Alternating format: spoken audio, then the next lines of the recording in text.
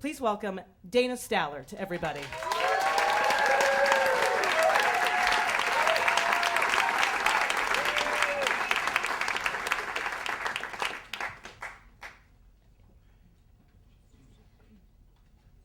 My mom found out that she wasn't able to have her own biological children when she married my dad, and so they decided to adopt me and my older sister from Korea when we were babies.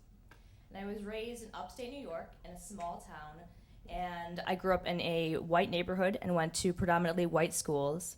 And I remember kind of going back and forth between really hating the fact that I was forced into this white world and also wanting so badly to blend in that I almost thought that I was white myself. And so I surrounded myself with white friends, and I dated white guys, one of whom which told me one time that he didn't consider us to be in an interracial relationship because apparently he didn't think that skin color was important. And so I went away to college, and at the end of my junior year there, I met this woman named Cynthia. And Cynthia was super confident in who she was. She was also born and raised in Brooklyn, which made her even cooler to me from upstate New York. And at first I felt like I just admired her and I wanted to be like her. And pretty quickly I realized that I actually wanted to be with her. And so we started dating, and I told my friends about the relationship, and they were really shocked, and almost to the point of being resistant. They told me things like, well, you can't be gay, you've never had a girlfriend before, you can't be gay, you've always dated boys. And my favorite, which I still get, is, you can't be gay, you don't look gay at all. And so I go home that summer, and it's college break, and I want to tell my mom about the relationship. So I go into her room, and she's reading at nighttime, and I take this big breath, and I say all at once, "Mom, I think that I might be gay." And my mom turns to me, and she says, in the iciest voice you can imagine, "What do you mean you think you might be gay?" And I kind of like backtrack, I get nervous. I explain to her, I met this woman, she's named Cynthia, she's really cool, I think I want to be in a relationship with her and see where it goes. But my mom just basically hears me ranting and thinks that I'm the most selfish person in the world, and that I'm trying to ruin her life. And after what seems like hours of my mom yelling at me, telling me that I'm a horrible person, telling me that I'm most likely going to get AIDS, and that I am going to end up looking like a man because of this relationship, I go to bed that night, and I'm trying to fall asleep, but I obviously am really worked up. And I hear my mom outside my bedroom door, and she's kind of muttering under her breath, which is what she does when she gets really irritated. And she says, just loud enough for me to make out, "You are not my daughter." And so if I look back on my mom's reaction to my coming out and try to make some sense of it, I can see where she's coming from a little bit, because in high school, my older sister struggled severely with addiction, and she was diagnosed with a slew of mental illnesses, including borderline personality disorder. And my mom felt this lack of connection with her and kind of gave up on the relationship at one point. And she looked at me to be her golden child, her perfect daughter. And for my mom, the perfect daughter was not going to be gay. And so I woke the next morning, and I tried to talk to my mom, but she basically ignored me. And if she did have to answer me, she would be passive-aggressive and hostile towards me. And I decided that I could not live like that, even though it had only been a day of my mom reacting to me like that. So I left home, but before I went, I left this letter for my mom. And I said, "Mom, I'm totally wrong about myself. I made the whole thing up. I was confused. I just missed my ex-boyfriend, and I'm really sorry that I upset you." And I get home later that night. My mom is so happy that I left that letter for her, and she's relieved. She thanks me for writing it and for being honest with myself, and she says, I knew that you weren't gay after all. And so I told her that I broke up with Cynthia, but I actually stayed with her, and we kept the relationship a secret for as long as we stayed together, which was a few years after that through college and graduate school. But as much as I loved her and as much as she loved me back, we were just really struggling.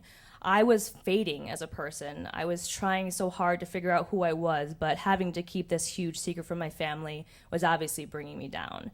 And their message to me was clearly that being gay was not okay. So I found myself kind of sinking deeper and deeper into this depression. And in graduate school, Cynthia and I broke up. And I felt like I kind of just hit rock bottom. I remember being really far away from home, not feeling like I had anyone to talk to about it. And I pick up the phone one night, and I call a suicide hotline. And the woman who picks up the phone does not want to talk to me. She is just trying to get me off the phone with her. She's impatient and she's dismissive, and I, clearly lacking some training. So I hang up the phone. The next person that I call is my mom. And at that point, I've lost it. I'm sobbing. I feel like I can't lose, I have nothing else left to lose. And so as I'm sobbing to my mom on the phone, she can barely make out what I'm trying to say. I tell her to put my dad on the phone, and he gets on the phone, and for the second time, I come out to my family. And my mom says, of course, Dana, we're going to accept you. We understand that, you feel this way about yourself. But in the meantime, she completely dismisses everything that I've been through for the last 3 years, because she says she's never reacted that way the first time. She says she would never say that I wasn't her daughter, and she says that she would never react with such hatred towards me. And so in my mind, she's basically telling me that the last 3 years of my life that were filled with this loneliness and depression didn't really exist. And so I hang up the phone with my parents, and I know that they accept me, but I also know that we can never go back from that point, and that my relationship, at least with my parents at that time, would never be the same. In the middle of all this, something really crazy also happens to me. I'm away in graduate school, and my birth mother in Korea does a search for me. She wants to reconnect with me and see how I'm doing, see if I'm happy. And I remember my mom telling me this news and everybody being really excited for me. My mom, my friends, they're like, this is so awesome, this never happens, your birth mother's doing a search for you and not the other way around. And I just feel really numb. And everything's kind of fuzzy when you're in a kind of depressed state, and I didn't even understand what was really going on, but I knew that no matter what, this stranger who was my birth mother would never really know me and probably never really accept who I was. And so I get the letter in the mail, and I do write back to her. We keep up some correspondence over the next couple of years, but I don't feel that invested in the relationship. I don't think that I'm ever going to be honest with her about who I am, and I'm never going to see her. She lives all the way in Korea.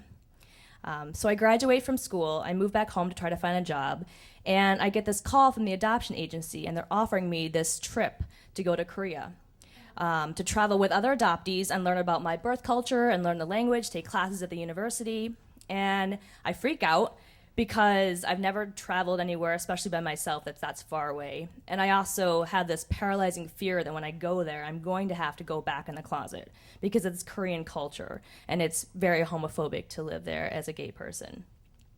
But I decide that I want to go on this trip. There's, something in me that's really curious about my birth country and where I come from. And right about a week before I was about to leave, I get a call from the adoption agency saying, hey, guess what? While you're there, your birth mother would like to meet you. And so they told her that I was traveling to Korea, and she really wanted to reconnect with me after 23 years of never even seeing each other or meeting or anything. So I meet my birth mother the third week into my trip in Korea in the summer of 2009. And it's not just my birth mother that I meet my 3 birth sisters, 2 of their spouses, their children, and my birth brother. And I'm sitting in this adoption agency, and they all come rushing in. They come pouring towards me. And my birth mother runs up to me, and she grabs my arm, and she just starts sobbing. And she says over and over again, I'm so sorry, in Korean. And the translator tells me what she's saying as she's crying. And that first day when I met them, they take me out to a Korean department store. They pick out this Korean dress for me and Korean shoes. And they take me in the dressing room, and they actually dress me up as if I were a little child again. And on the car ride on the way to the department store, I'm sitting in the back seat with my birth mother, and I put my hand down in the seat between me, and she puts hers down next to me. And I see that we have the exact same hands. And I see how warm they are towards me and how much they embrace me, but I feel deep down like they're not going to accept who I am. The first question that my oldest birth sister asks me when she meets me is, do you have a boyfriend? And at that point, I certainly don't have a boyfriend. I'm actually back together with Cynthia. And I just tell her no, and I feel like shut down in a way. So I really had this beautiful time meeting them, but I left that trip feeling like this sense of being defeated, that no matter what, I just couldn't tell them who I was. And so I get back home, and Cynthia actually proposes to me shortly after I return, and we end up getting married. And it's a really, really happy time in my life, except that there's this chunk missing. And I realize that the chunk is that I'm out to everybody in my life. I'm comfortable, I'm confident, but I'm not out to my birth family. And I do want a relationship with them, but I'm so scared that I will lose this family that I just met for the first time. But I know that I need to do it for myself. So I sit down with Cynthia and we pick out some wedding photos to send. I decide to write this letter to Hee Kyung, who is my oldest birth sister, because she is able to speak and write some English, and I want her to translate the letter for the rest of my birth family. And so we sit down, I put these photos in an envelope, I handwrite this letter painstakingly. I look up all these words in the Korean Google dictionary, and I put the letter in the mail, and for the third time, it's like I'm coming out to my family again. And a few days pass. I want to just kind of delay what I think is going to be the inevitable rejection of my birth family. And I'm really surprised when just a couple days after I put the letter in the mail, there's an email from Hee Kyung, who's my oldest birth sister, in my inbox. So I sit down and I kind of brace myself for what's to come. And I open the email and she says, "Congratulations on your wedding." And she tells me that the wedding photos are absolutely beautiful and she's so glad that I found the person that I love. And then Hee Kyung tells me that she considers us to be the same. It turns out that my sister, my birth sister in Korea, is also in a relationship with a woman who she wants to spend the rest of her life with. And so she translates the letter to the rest of my family. And although my birth mother still needs a little bit of time with my news because she's not completely comfortable with it, my birth sister tells me that we are the same. And for now, I feel like that's all I really need.